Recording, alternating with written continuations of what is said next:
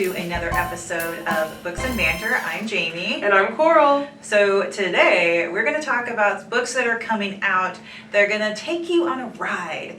So we've got a theme of planes, trains, and automobiles.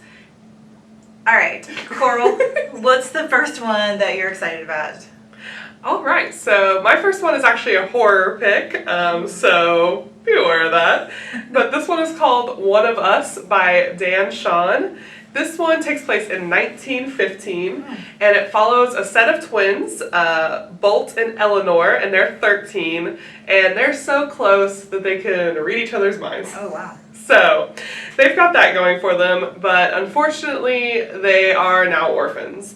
And they are in custody of their Uncle Charlie, who maybe murdered a guy, possibly. Not a great guy, doesn't seem like it. So they're running away. They are leaving, and they run straight into the Emporium of Wonders, which is kind of your traveling circus show. And they travel by, what do they travel by? Train. That's right, train book. And they go, they're traveling misfits, and they're heading west on this, growing American frontier.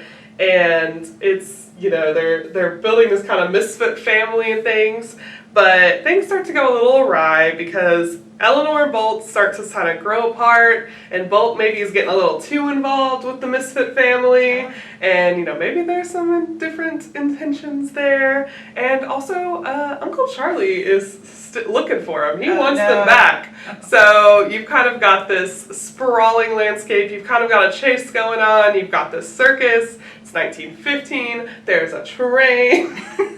Sounds like a lot of fun for a horror book, and it is expected in September. Nice. Okay, well mine is a plane book. It's Departure 37 by Scott Carson. So on a clear day, hundreds of flights get grounded because the pilots just refuse to fly, like all over. And it turns out they received disturbing phone calls in the middle of the night that told them, from their mothers, that told them, do not fly today. Well, the kicker is that some of them, their mothers are dead. Oh. And then some of them, the mothers don't remember making the call. So, what's going on?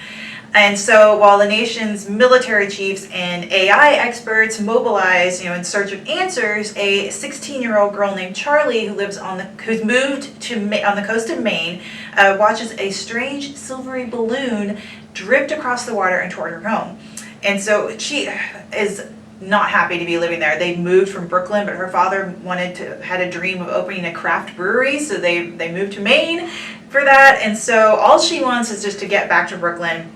And so her new home, though, is ground zero for a story that begins at a remote naval base in Indiana during the winter of 1962 when a physicist named Martin discovered something extraordinary and deadly.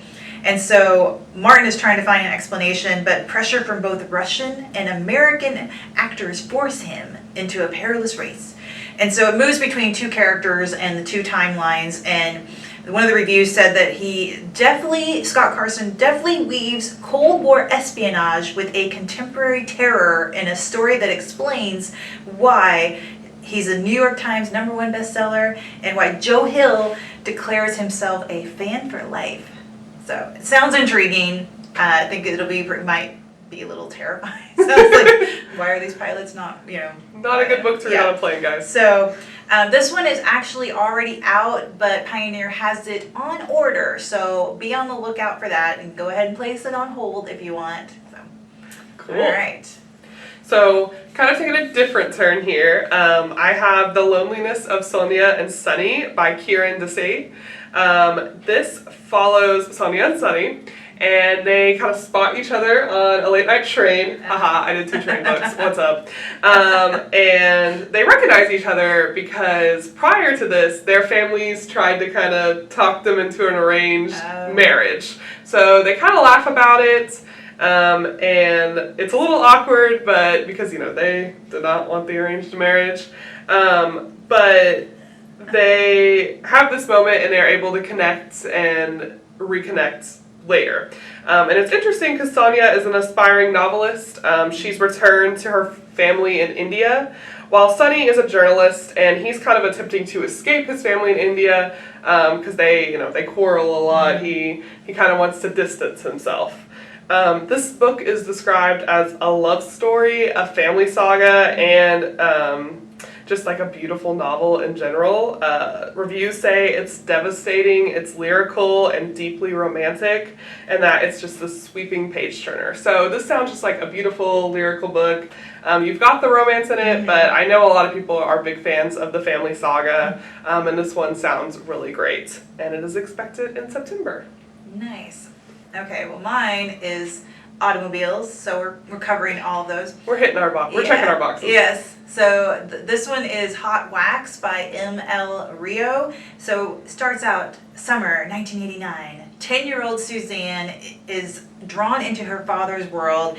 He's in a band, so she's all about that. And so when her mother remarries, she decides, I guess she has to go on tour with her dad for the summer. His band is called Gill and the Kills. Oh. Yeah.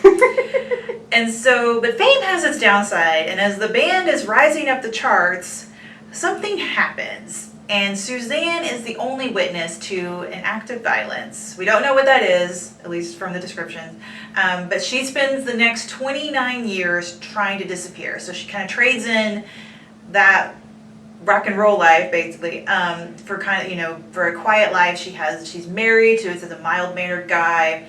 But when her father's sudden death resurrects her troubled past, she leaves it all behind and hits the road in search of answers. So, hitching her fate and Gil's beloved car to two vagabonds who call an Airstream trailer home, she finds everything she thought she lost forever. So, this sounds... I like books that take place like to me it's the kind of the recent past, 1989, but it sounds like when you go from the 80s to present day. I don't know how much of the book is going to take place back then, but I'm excited for that. But the reviews say it's drenched in knockdown, drag-out rock and roll. It is a raucous, breakneck ride.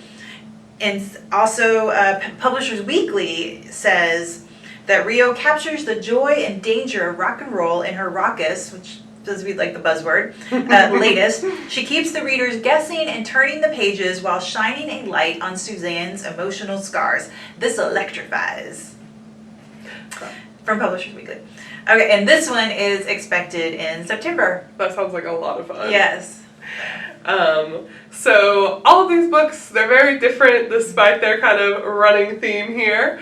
But we always encourage all of our watchers to make sure that you're checking the content warnings. These sound interesting to us, but we understand they may not sound interesting to you. That's why we have a whole library of videos. And, of course, you can visit your local library and talk to a real librarian there, and they can help you find a book that interests you. But until next time, we'll see ya!